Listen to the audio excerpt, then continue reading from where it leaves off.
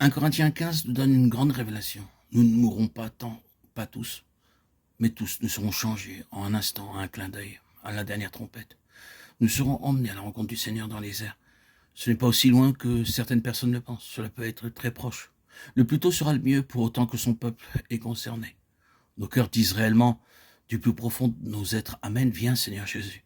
Il n'y a pas d'hypocrisie en cela. Il fut un temps où nous étions effrayés à cette pensée. Mais nous sommes arrivés à réaliser que sa venue est la voie de toute espérance. Ce monde ne connaîtra jamais un meilleur état, mais au contraire, il connaîtra une condition pire qui s'amplifiera jusqu'à ce que les événements subséquents et consécutifs à sa venue prennent place. Il viendra un temps où chaque chose mauvaise sera extirpée de cet univers. Il n'y aura plus de guerre, plus de lutte, plus de haine, plus de péché, plus de douleur, plus de soucis, ni de larmes, plus de mort. Oh, quel jour, quelle période ce sera. Nous ne pouvons pas imaginer cela que difficilement.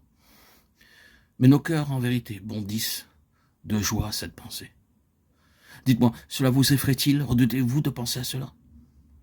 Le Seigneur doit revenir en premier pour son Église, et alors les choses s'accéléreront rapidement jusqu'à ce jour-là. Il se peut qu'il y ait un passage terrible.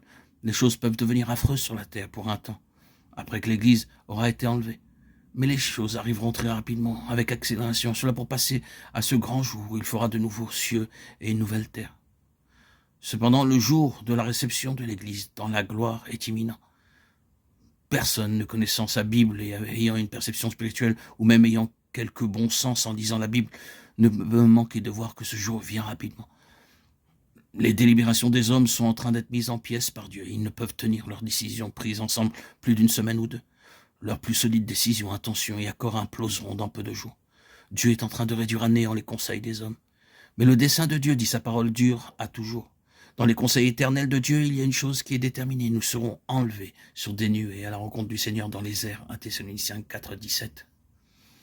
Élevés dans la gloire. Sa fin est sur le point de devenir la nôtre.